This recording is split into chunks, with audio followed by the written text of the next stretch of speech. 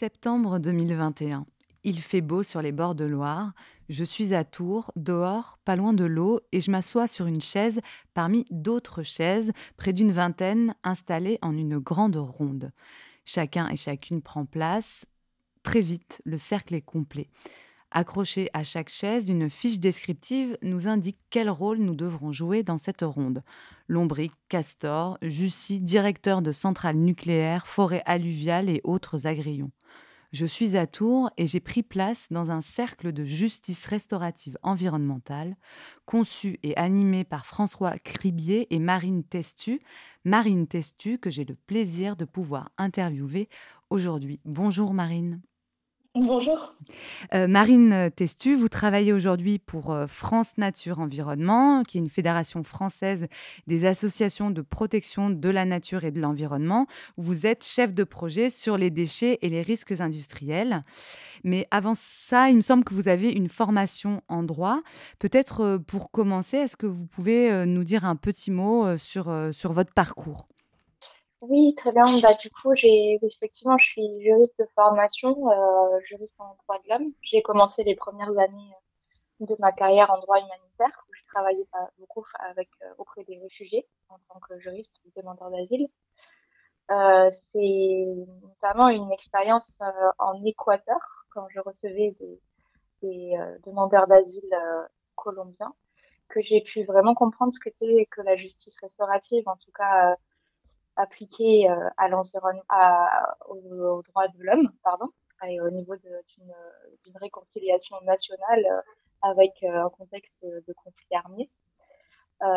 Ayant toujours été très sensible tout ce qui était règlement climatique et comment on peut apporter des solutions systémiques à ce problème-là, en rentrant en France après mes années d'humanitaire, j'ai voulu tenter de chercher comment la justice restaurative pouvait être appliquée à l'environnement. Je suis passée par vraiment par plusieurs détours. J'ai notamment travaillé, entre autres, à la protection judiciaire de la jeunesse, où bon, j'avais plusieurs missions, mais j'avais aussi une petite mission sur la justice restaurative et comment on peut l'appliquer sur les jeunes qui sont sous main de justice. Mm.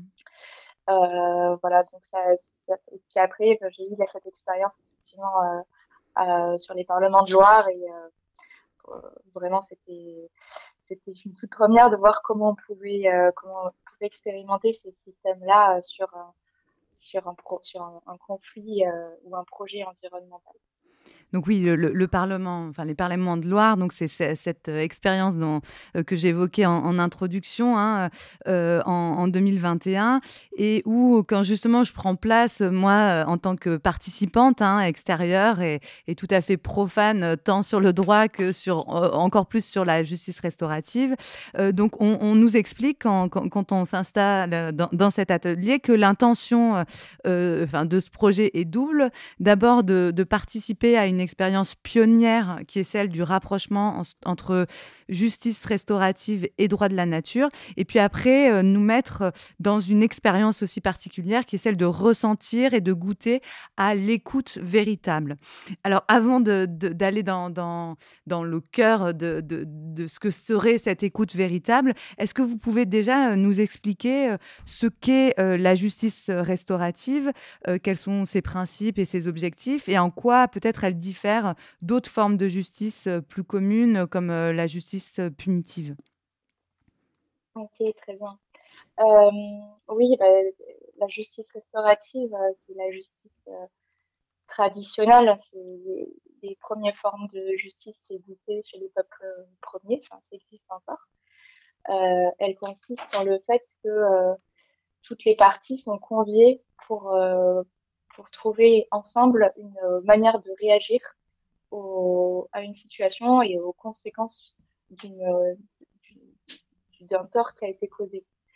Euh, donc, en fait, cette suite de justice après a été diffusée d'une certaine manière dans les pays occidentaux, surtout à partir des années 70, quand aux États-Unis, il y a eu beaucoup de rébellion sur la justice qui était appliquée à l'époque. Et c'est venu au final dans l'Union européenne avec une directive en 2012. Et puis, cette directive a été implémentée en 2014 en France sur une loi qui s'appelle la loi relative à l'individualisation des peines. Donc, au final, la justice restaurative est aussi dans le code de procédure pénale. Et en fait, elle explique que la justice restaurative peut être prévue à l'occasion de toute procédure pénale et à tous les stades de la procédure. Voilà, que ce soit au stade de l'application ou à tout stade de l'exécution. Aujourd'hui, la justice restaurative est intégrée dans les systèmes judiciaires de 80 États. Voilà, donc, c'est principalement pour les infractions causées par les mineurs, mais de plus en plus, on commence à élargir ce système aux majeurs. La différence en fait entre la justice restaurative et la justice qu'on a chez nous aujourd'hui, en fait, elle est là sur plusieurs points. Notre justice, la justice actuelle, elle considère un tort qui est causé à quelqu'un comme une violation d'une loi, d'un texte. La justice restaurative, elle va considérer que c'est une atteinte qui est d'abord faite aux personnes et aux relations. La justice classique, elle va forcément chercher un lien, elle va établir une culpabilité et elle va essayer de créer une dose de souffrance qui est à peu près proportionnée à celle qui a été causée à la base. Et là où la justice restaurative va essayer de comprendre les besoins et les obligations de chaque partie. Ensuite, pour la justice aujourd'hui en France, en majorité, elle repose sur des conflits entre des adversaires, dans lequel l'auteur d'infraction est confronté à l'État, et là où la justice restaurative va encourager un dialogue, un accord mutuel, et elle va donner aux victimes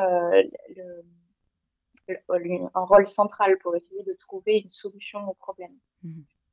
Voilà, on va plus chercher à guérir et à rétablir un lien entre la victime, qui n'est pas considérée vraiment comme justice, mais comme une victime dans la justice restaurative, et l'auteur.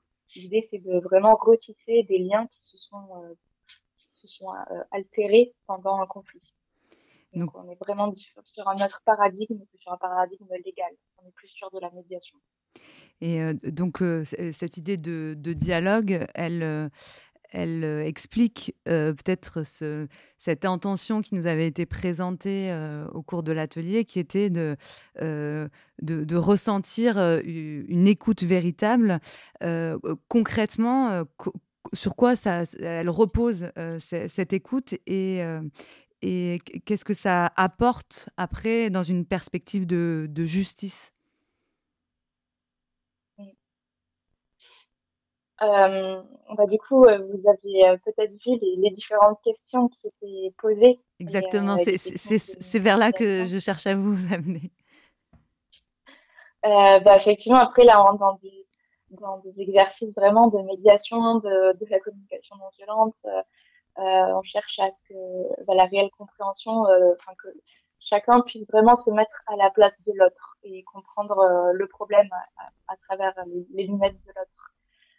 Et là, il y a des techniques de médiation qui sont de facilitation ou tout plein d'autres comme disciplines reprennent les mêmes techniques, mais il y a notamment ce qu'on a utilisé et que j'ai trouvé très fort dans le cadre de mon cercle en 2021, c'était la reformulation. Ça pouvait paraître un petit peu lourd a priori, parce que ça consistait à ce que chaque personne qui exprime son point de vue devait valider la compréhension du groupe, que le groupe en avait eu. Du coup, c'était un petit peu long, mais typiquement cette technique-là, elle permet de pas avoir de surinterprétation au sein du groupe. Elle permet que la personne qui s'exprime se sente réellement entendue. et ça permet d'avancer dans le dialogue avec des bases saines. Voilà. Donc, c'est assez long, mais on avance ensemble dans le processus. Oui, c'était le temps de l'écoute, en fait. C'était ces questions, une fois qu'on Ouais, formule son point de vue, de dire qu'avez-vous entendu dire, et puis après de revenir, ouais, est-ce ça que vous avez voulu dire, avez-vous quelque chose voilà. à ajouter? Et donc ça se déployait comme ça dans un triple, un quadruple échange, une fois qu'on avait vraiment Mm. épuisé les possibilités d'interprétation, en fait. Ouais. Heu, vous en avez parlé dans votre présentation, la justice restaurative, elle pose la question de son application à différents domaines du Mm. droit et en 2021, enfin, c'est ce qui nous avait été dit aussi, ce rapprochement entre justice restaurative et droit de la nature est encore, plutôt inédit. Hem, dans quel domaine, en fait, du droit, est habituellement utilisé, ce paradigme, de la justice restaurative et pourquoi elle est peu utilisée en droit de l'environnement? Alors, c'est généralement peu utilisé de manière générale au final, parce il y a beaucoup de réticences dans l'application de la justice restaurative aujourd'hui. Donc, comme je disais, elle est surtout utilisée quand les personnes, les, les, les accusés sont des mineurs. Après, on, parmi les réticences qu'il peut y avoir, il y a premièrement le fait que euh, la, on craint souvent la confrontation entre l'auteur et la victime. Mmh. Il y a beaucoup de questions, surtout pour tout ce qui est violence au sein du couple ou violence familiale. Euh, la question de est-ce que la personne ne va pas être sous emprise. Donc ça d'une manière, enfin, voilà, un peu droit, quand c'est une application qui n'a rien à voir avec l'environnement, ça peut poser des questions sur est-ce que les personnes sont réellement authentiques et s'expriment réellement au moment de cette rencontre. Mmh. Après, il y a aussi plein de déclinaisons possibles de la justice restaurative parce que en fait, vous voyez, c'est plus une manière de procéder que de c'est plus pratiquement une manière d'échanger qu'une manière de rendre un jugement. Donc, il y a eu des processus de justice restaurative avec des personnes qui, au final, ne se sont jamais rencontrées. Il y a eu des processus de prémédiation où, en fait, un médiateur a pu voir les deux parties. Et soit il y a eu des échanges de lettres, soit il y a eu des échanges enfin, voilà, en distanciel. Euh, mais on peut parler de justice restaurative déjà à partir du moment où il y a presque une prémédiation parce qu'il y a quand même un dialogue, même s'il y a un intermédiaire. Euh, Oui, c'est sûr, parce que un des principes, hein, c'est quand même aussi le consentement de l'auteur et de l'accusé, et donc être prêt c'est ça. à ne pas être dans la confrontation, mais au moins dans un désir de lien, enfin de renouer Voilà. et de reconnaître aussi sa participation. Mm, mm, mm. Tout à fait. Et les personnes qui ont voulu rentrer dans un processus de justice restaurative, souvent on a entendu qu'elle voulait une reconnaissance de l'auteur de ce qui lui a provoqué, de ce qu'il a créé chez la victime. Et ça, c'est souvent la cause, enfin, le moteur de la justice restaurative, c'est juste d'entendre l'auteur dire oui, je reconnais que Mm. j'ai fait causer telle chose.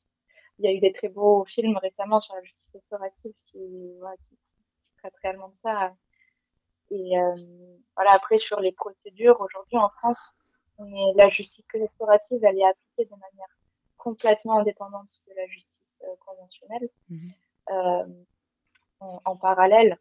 Et du coup, bah, il y a des procédures au niveau environnemental. Cette fois-ci, là, il y a des pays comme le Canada ou la Nouvelle-Zélande ou l'Australie qui permettent, quand il y a une procédure en cours à cause d'un dommage causé à l'environnement,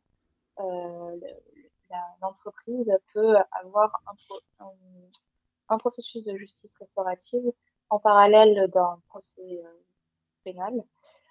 Et il est possible qu'il y ait des interférences entre les deux processus. Et voilà, Mais c'est quelque chose pour lequel on est très frileux en France parce que voilà, on a quand même aussi une conception du droit qui est qui est à la base de la justice. Et du coup, on va parler peut-être de manière plus théorique, j'imagine, qu'en pratique, mais cette idée de justice restaurative, elle repose sur l'idée d'une participation active des victimes au processus Mm. de justice. Et dans le Mm. cadre de conflits environnementaux, les victimes, c'est de la nature, enfin, en tout cas, ça peut l'être. Comment donner la parole à des éléments de nature qui subissent le préjudice? Bah, aujourd'hui, on commence à avoir pas mal d'exemples d'assemblées, de représentants d'éléments de la nature, que ce soit par des peuples autochtones qui ont des croyances euh, religieuses qui accordent le statut de divinité, mais aussi on a aussi des représentants de jeunes.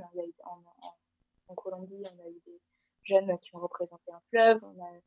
On commence à avoir des assemblées de personnes qui se constituent comme représentants des intérêts d'un élément naturel.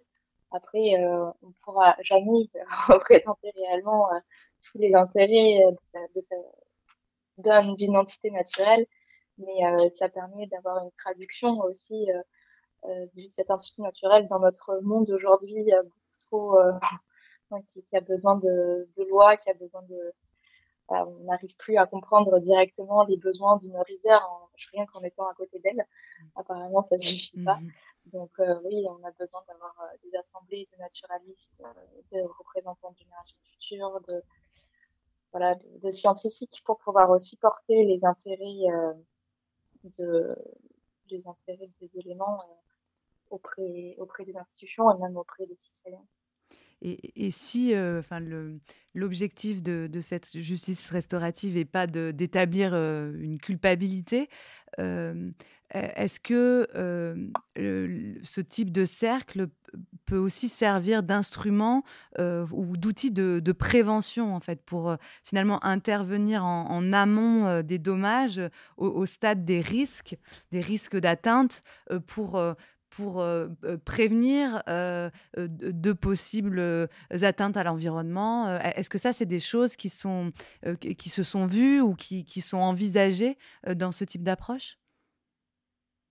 Oui, ça se fait dans plusieurs pays. Je pense après que c'est peut-être aussi l'application qu'on peut avoir qui est la moins compliquée au regard de tout ce que ça peut impliquer en termes de changement sur nos systèmes juridiques. Mais effectivement, aujourd'hui, on a des systèmes de consultation qui sont très techniciens. Enfin, personne ne va aller voir le projet de PLU dans nos mairies. En Mm. fait. Et peut-être que en fait, un, enfin, un atelier ou un moment où toutes les représentants de la société, des habitants seraient conviés pour avoir une phase de présentation d'un projet et après une phase qui est réellement une phase d'écoute des citoyens avec aussi une facilitation des paroles qui est cadrée, comme on a pu avoir sur les cercles de la parole, bah, ça pourrait avoir en fait une vraie consultation démocratique et qui permet aussi d'impliquer le sensible, mais d'une manière dépassionnée en fait. On va pas, la justice restaurative, c'est aussi son point fort. Elle permet de dépolariser un débat. Chacun parle posément de ce qu'il ressent et, et voilà, il n'y a pas de discours enflammé qui finalement fait que on va pas avancer sur un sujet, mais chaque personne peut se positionner et je pense qu'avec des processus de justice restaurative, des processus restauratifs, on pourrait ensemble réussir à prendre plus de décisions collectivement de Et manière plus éclairée. Et pour finir, pour clore peut-être sur vous, votre expérience, je pense aux Assemblées de Loire, mais peut-être que vous avez fait d'autres cercles de justice restaurative appliqués au droit de l'environnement, au droit de la nature plus spécifiquement. Est-ce que dans l'expérience de cette facilitation, de cette animation, vous avez vu euh, produit des réactions, des choses peut-être surprenantes auxquelles vous vous attendiez pas et qui portent un espoir sur sur notre capacité à construire collectivement une réparation de ce monde ou une conciliation. Ce qui m'a le plus marqué, c'est quand quelqu'un m'a dit, ça fait longtemps que je me suis pas sentie autant écoutée. Et en sachant qu'on parlait de choses complètement fictives, donc je sais plus quel rôle elle représentait, mais peut-être un castor sous un pont. Et j'ai trouvé ça fou d'entendre ça. Donc, je pense que l'espoir, enfin, c'est aussi d'essayer de nous, on en revient un peu aux mêmes bases, hein, d'essayer de se comprendre, d'essayer de s'écouter réellement. Et je pense qu'ensemble, on peut avoir une solution, même, enfin, même si c'est,